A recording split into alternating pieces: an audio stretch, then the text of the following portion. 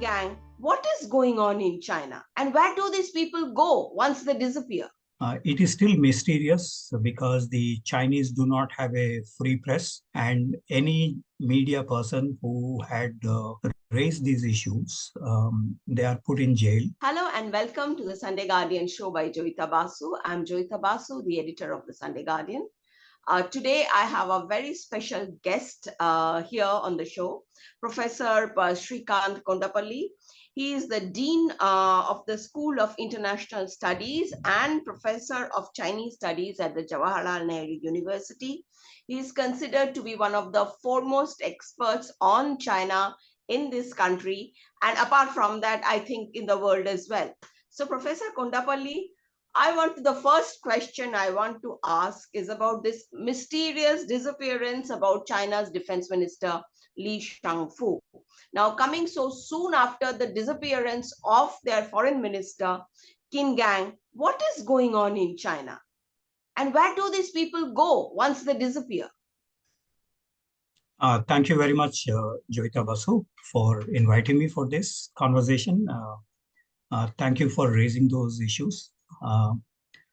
It is still mysterious because the Chinese do not have a free press.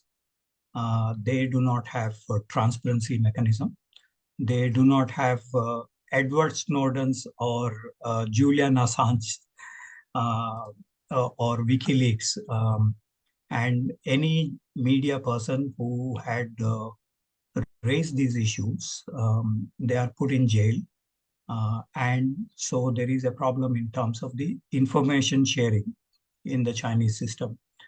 Having said that, there are some reports which suggested that General Li Shangfu, by the way, he came to New Delhi for the SEO Defense Ministerial meeting and met with Indian Raksha Mantri, Shri Rajnath Singh. And if you have seen those visuals, there was no handshake, but just a namaskar that Shri Rajnath Singh had conveyed to General Li Shangfu. Li Shangfu was also in news during the Shangri-La dialogue, where he had taken the Taiwan-US related matters this June. And subsequently, there is the mysterious disappearance of Li Shangfu.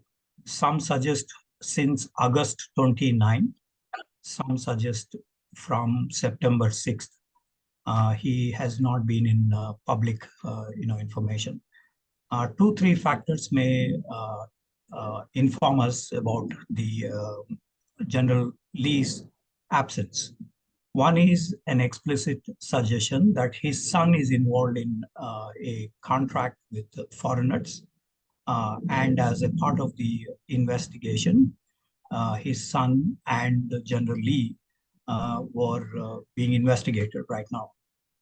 So that is one version that has come out. Li Shangfu comes from a PLA family, as it is the practice across the globe in terms of the military personnel and their sons and daughters becoming also major, military leaders. So Li Shangfu had a respectable PLA, background, and his father was a major general in the PLA before.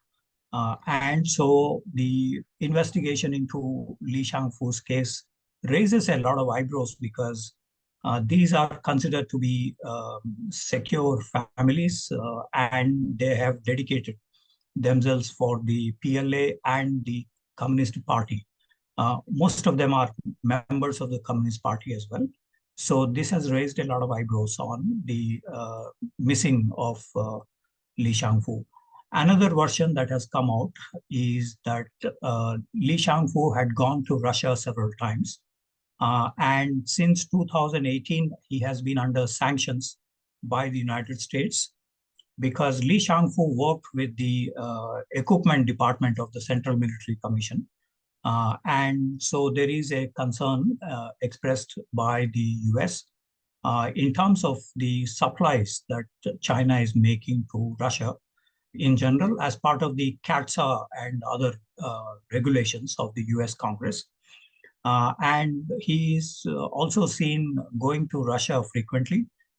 This suggested that despite the Xi Jinping's assurance to President Biden that China will not assist Russia in the conflict related to Ukraine, there are several imageries and other evidence which suggest that the IL-76, IL-78 aircraft came to China from Russia, and they went back with huge equipment.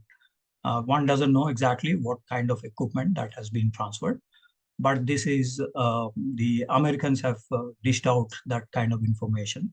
Also, in addition, China had transferred, according to these reports, the drone technologies or drones themselves, satellite imageries of the Ukrainian conflict, because the Chinese now have Beidou series of satellites for GPS and others.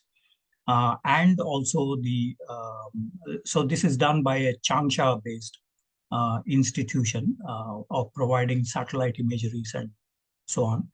There are also reports about other systems being transferred by China to Russia. So this is another feature that has come to light.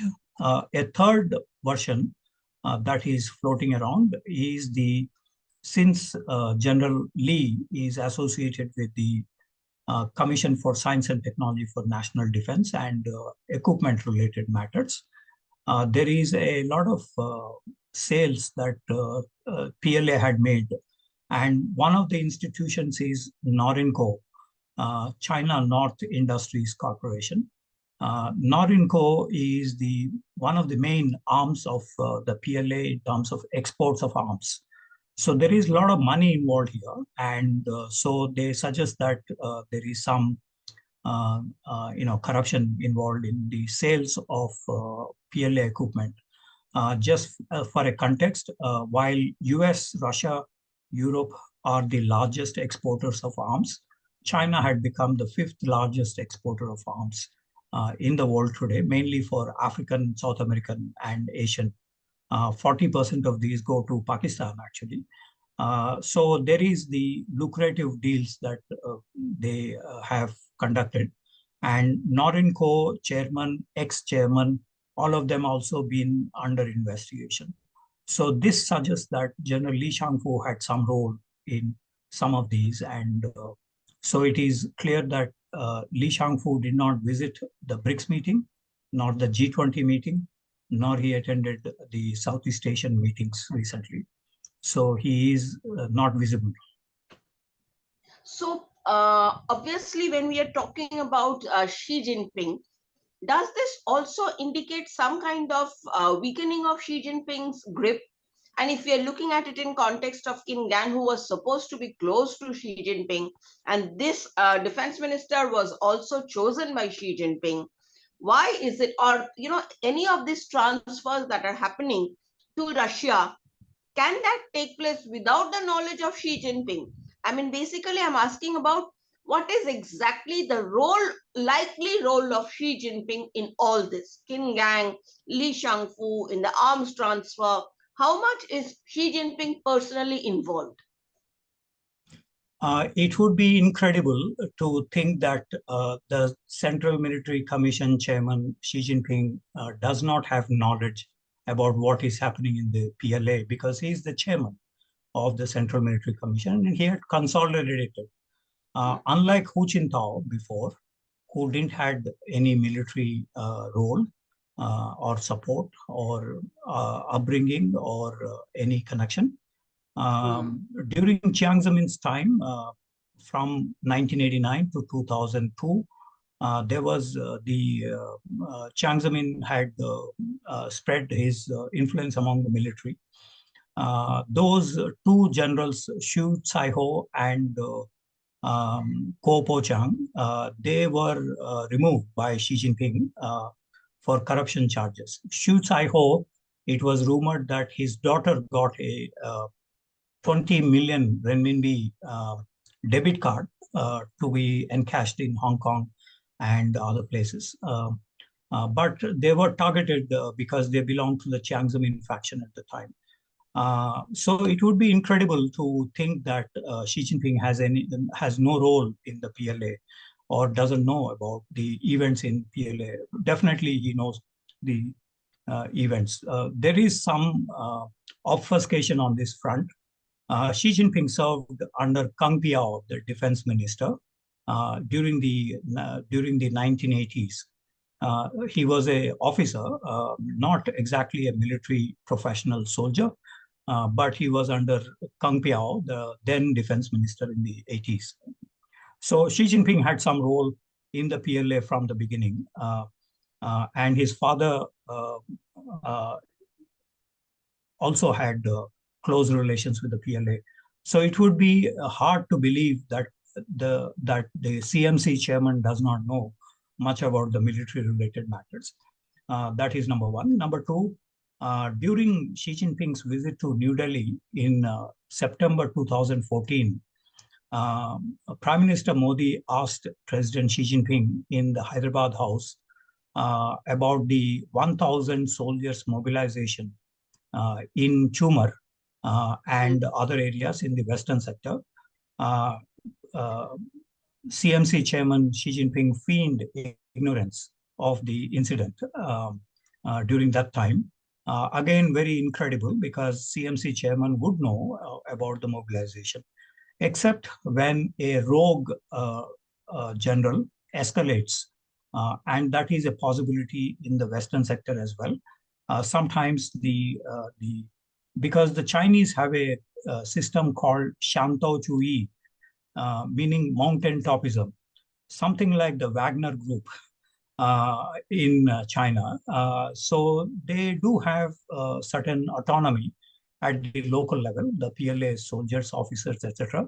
But except for the national interest, sovereignty, territorial integrity issues, they cannot cross the line because the PLA controls the party controls the PLA under the principle of power flows from the barrel of the gun, but the gun is controlled by the party. So from that point of view, the CMC chairman must be knowing a lot of things, including possibly the transfers to Russia. So that is a broad, understanding. So in the light of the anti-corruption campaign that Xi Jinping launched, it is very likely that Xi Jinping has dossiers through the Discipline Inspection Commission and other bodies where the dossiers are collected against all party cadres, military officers, and others. So very likely that despite the closeness of Li Shangfu, some of these must have been conveyed to Xi Jinping. The other dimension I wanted to say here was that in the 20th Party Congress, Xi Jinping removed every other competing factional groups from the Politburo and Politburo Standing Committee. One of the problems then was since then there is intense intra-party tussle that is happening, and we should also see the disappearances in the background of the intense intra-party problems. For example, you mentioned Chin Kang's disappearance. Chin Kang was a blue-eyed boy of Xi Jinping, yet he was removed. Of course, he had this alleged affair with Fu Xiaotian, a journalist with the Phoenix TV and other groups. He must have been targeted by the rival factional groups because he was pretty close to Xi Jinping. So it is quite possible that the factional struggles may have also axed many of these, including General Li Shangfu and Qin Kang. And there are many others who have also been under investigation. So even though they may be proteges of Xi Jinping, yet it is also quite possible. The emerging information is that Chang Youxia, one of the CMC vice chairman and a buddy of Xi Jinping since his childhood. Uh, he is also missing. He Oh, is not seen in the public domain. So that he is the second in command in the military, General Chang Yoxia. He was seen going with Xi Jinping to every place, but not to BRICS, not to G20 meeting. Now, of course, Xi Jinping did not attend the G20 meeting, but generally these big meetings are attended by Chang Yoxia uh, and others. There is also the Li Yuchao, who was missing. He is the rocket forces chief commander since June this year. And then Wu Kohua, some suggest that he had committed suicide, again belonging to the rocket forces, which is a very sensitive military institution because they control the nuclear button and warheads, nuclear mm, warheads. There is also Shang Hong, deputy commander of the strategic support forces. That is basically logistics and cyber and space related matters. He was also missing. Also, interestingly, Foreign Minister Wang Yi is also not seen in the public domain. He did not come to New Delhi for the G20 meeting, nor did he attend the ASEAN meeting last week in Jakarta. Although some reports suggest that he was seen shaking hands with the Venezuelan president when Venezuelan president visited Beijing. But it is still not clear whether he is in circulation or not. The rumor is that some of you may have seen this video in Johannesburg about Xi Jinping and his personal guard wanted to enter, and the South African security just shut him down. And there was the rumor that Wang Yi was asked to give a self-criticism in this regard because he was supposed to control all of those, but then was unable to do that. So a lot of things are moving in China today because of these intra-party differences. so how secure? I mean, from what you are saying, it seems that a lot of people who are against Xi Jinping are also active. And I recently read a Japanese media report which says that at a seaside resort there was a meeting of, where the elders of the party met Xi Jinping and they got together and kind of read the riot act to him, saying that his policies were causing a lot of social, political, and economic disruption. So, how secure is Xi Jinping's position given that he is already on his third term, which is unprecedented in China? Indeed, I think the Asian Nikkei Yes. report about the Peitai meeting Hmm. this July and former Vice President Tsang Ching-hung, he was involved in the criticism of Xi Jinping in this meeting.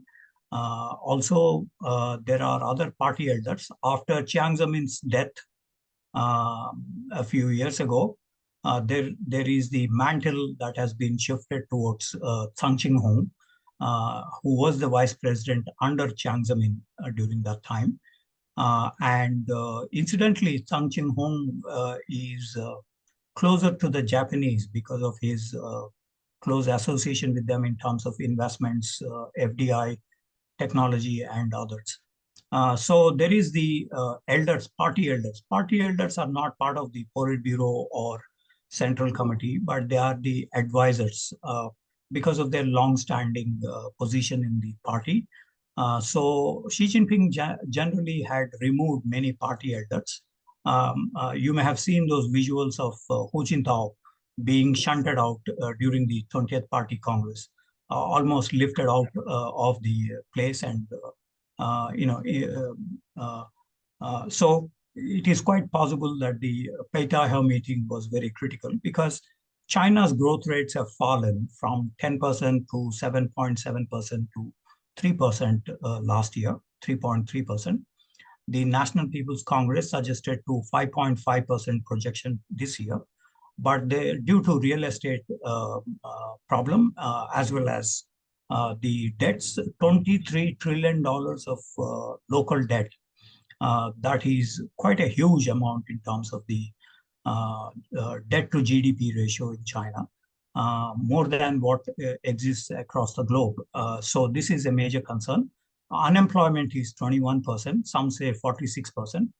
And so with these, the party elders were suggesting that during Deng Xiaoping's time and afterwards, there is stability, economic growth rates. But during Xi Jinping's term, there is a decline in the prosperity of China. And China is involved in the assertiveness in relation to Taiwan, Senkaku Islands, the South China Sea, and India-China border areas. And the problems with the United States have come to the fore since 2018-19 under Xi Jinping. So all-round decline is what the party elders have questioned Xi Jinping, according to this report. But we do not know exactly whether this is true or not. Nevertheless, the stress is quite visible in the cancellation of President Xi's visits to New Delhi G20 meeting or the UNGA meeting by Wang Yi or the Asia Pacific Economic Cooperation meeting in California. There are no confirmations so far about these meetings. Also in Jakarta meeting, where many leaders have visited, but Xi Jinping did not. So if this report is true, then he is under criticism by the party elders, which is quite a damning thing for a leader like Xi Jinping. So that means he is not that secure. If he is avoiding all these meetings, perhaps not only to handle the economic situation, is he worried that if he leaves the country for a period of time, that there might be a change somehow? Is he that paranoid? According to Japanese reports, the servicemen, women who serve tea, and that is a general thing that you see in China, even they are not allowed to go closer to Xi Jinping. So personal safety and any rumored coup, these are some things which generally troubles the Communist Party leaders since Mao Zedong's time.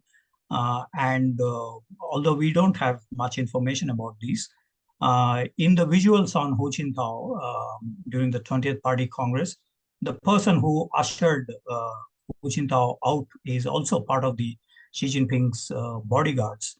But recently, one of the major generals who is looking after Xi Jinping's personal security, he was also under investigation. So this has furthered the rumors about the safety of Xi Jinping. So this is a big issue. And there are a lot of rumors spreading in terms of whether he travels alone or with entourage who are part of that entourage. And so there is something like what we heard about Gaddafi, some such paranoid, security measures are now in place in China. Yes, I have been hearing about that he changes bedrooms and all. I mean, weird tales are coming out of China, and we do not have any means of verifying what is going on in China. So the thing is that how bad is the economic situation apart from what you said? Because you see, when you're looking at China, it's still a huge economy. How much of a dent can whatever is happening right now can actually put in China's economy?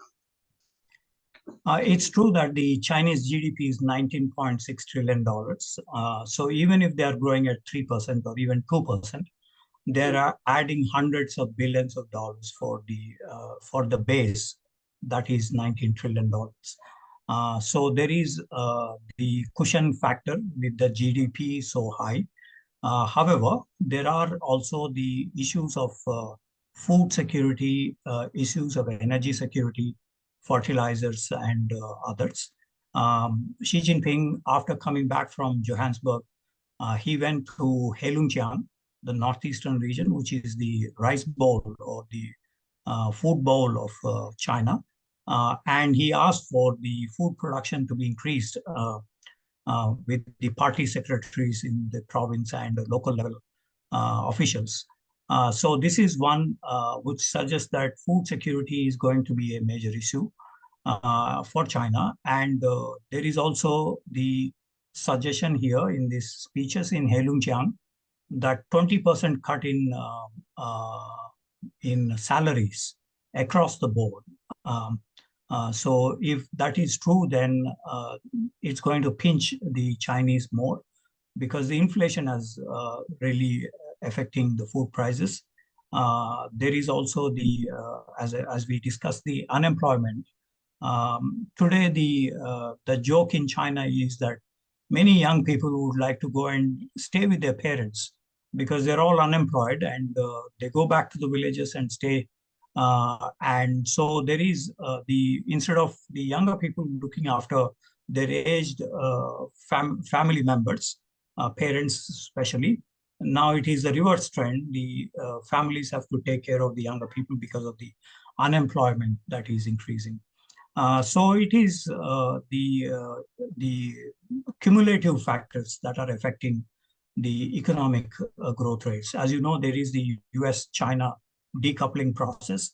Uh, Yes. Although the 77,000 American companies have not withdrawn from China, there is always the threat that looms large on these companies.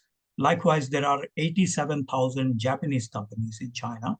And while there is some movement towards Southeast Asia and South Asia, this is not very significant so far. European Union also has the chambers of commerce has expressed concern. They also have been moving out of China, but not in a spectacular manner.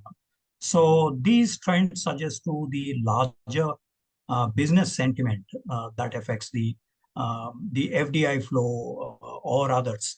And then exports have also come down uh, due to the COVID related pandemic and the demand being less in Europe and US, the major trading partners for China. And so there is the contraction in exports to these countries. So cumulative factors could be one explanation for this. Okay, I mean, one last question because we are running out of time now. One last question. What are the chances of Xi Jinping externalizing his problems to secure his position and to basically divert attention from what is going on? Because you see, even as we speak, China's, muscle flexing around Taiwan is continuing. So do you think there is going to be an escalation, further escalation?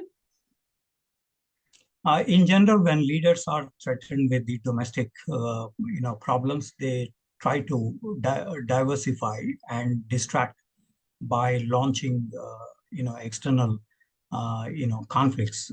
So that has been general trend across the globe, and we do not know whether Xi Jinping is contemplating. As you rightly mentioned, today there are 28 aircraft which crossed the median line in Taiwan Straits today morning, early morning. And quite substantially after Nancy Pelosi's visit to Taiwan last August. They conducted massive exercises in this area. And during the 100th anniversary of the Communist Party, July 2021, Xi Jinping said, "We will break the heads of those who divide Taiwan from China." So the rhetoric is increasing, and many generals also have pointed out to this in China about the Taiwan factor. But not just Taiwan, including Senkaku Island, South China Sea, Galwan, no progress so far despite 19 core commander level meetings. And the suggestions at Joburg that there should be, expeditious, disengagement process, but not much has really happened in terms of the India-China border as well. So it is quite possible that the externalization of these domestic problems in China could be one way to distract the attention of the Chinese from raising their voice on the political leadership for the kind of mishap, for the kind of misfortune that they have been subjected to. Thank you. Thank you. That was really enlightening. I mean, I would like to invite you again sometime later to discuss more about China. I'm certain more will be happening. Thank you, viewers, for watching. Until the next time.